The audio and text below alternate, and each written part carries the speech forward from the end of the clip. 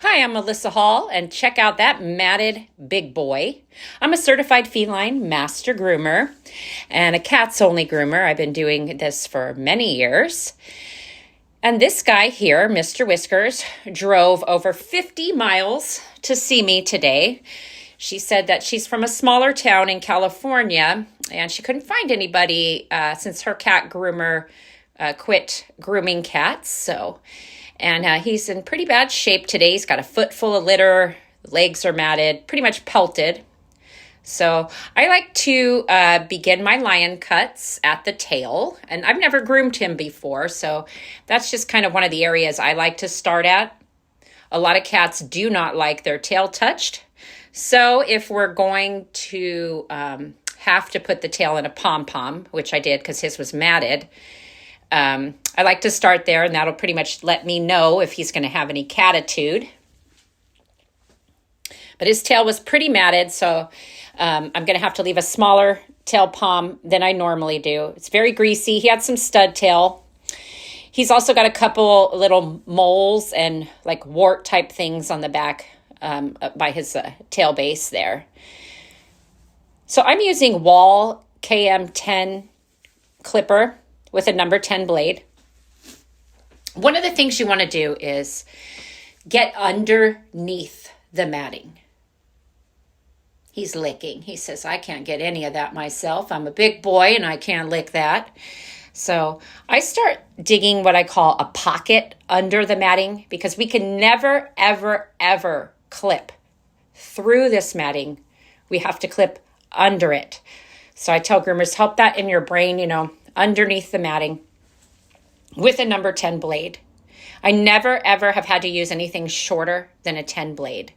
So getting underneath that matting.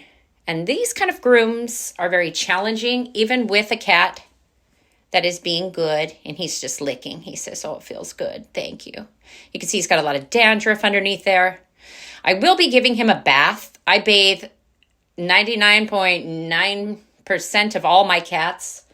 I can count on one hand in many years I've been doing this, how many cats I have not bathed for whatever reason. So I will be bathing him.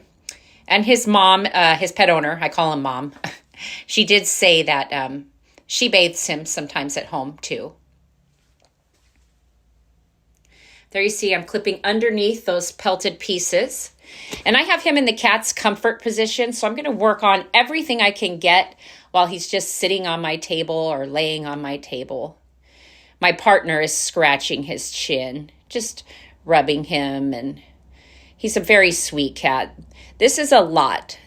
I do recommend if you're a professional, because most of my videos I make for the professional groomer or those who are learning to groom professionally, you definitely want to charge more for these types of groom. They are hard on your equipment. It kills the life of your clipper and your blades just a tiny bit every time you do one of these grooms.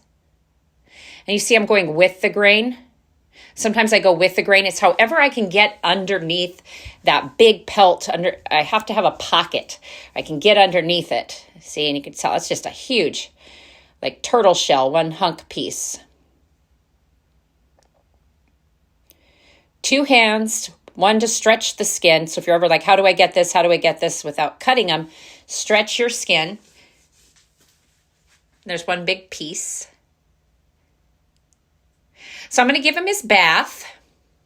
And he was a pretty good boy. He did meow at us, but his feet were soaked, caked in litter. So we got him all cleaned up and dried, cleaned his ears and his eyes. And there's Mr. Whiskers all finished. He's got a couple little moles at the base of the tail there, but he says, I'm pretty boy now and I feel better. And those legs are much better. His feet are no longer packed with litter. And we're going to give him some love and extra attention for being such a great sport. It's a good baby right there. And I made sure he had a snack for the ride home because he's got to travel 52 miles to get home. And he said, thank you for the treats. I was starving. But he was a very good cat.